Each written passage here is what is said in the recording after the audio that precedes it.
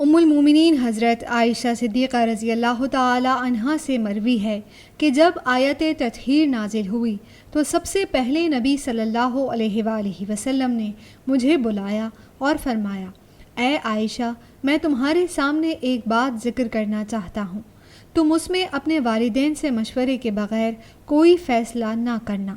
میں نے عرض کیا، ایسی کیا بات ہے؟ نبی صلی اللہ علیہ وآلہ وسلم نے مجھے بلا کر یہ آیت تلاوت فرمائی، اے نبی صلی اللہ علیہ وآلہ وسلم، اپنی بیویوں سے کہہ دیجئے کہ اگر تم اللہ اور اس کے رسول اور دار آخرت کو چاہتی ہو تو میں نے نبی صلی اللہ علیہ وآلہ وسلم سے عرض کیا کہ میں اللہ اور اس کے رسول کو اختیار کرتی ہوں۔ اس پر نبی صلی اللہ علیہ وآلہ وسلم بہت خوش ہوئے۔ مسند احمد، حدیث نمبر 24081۔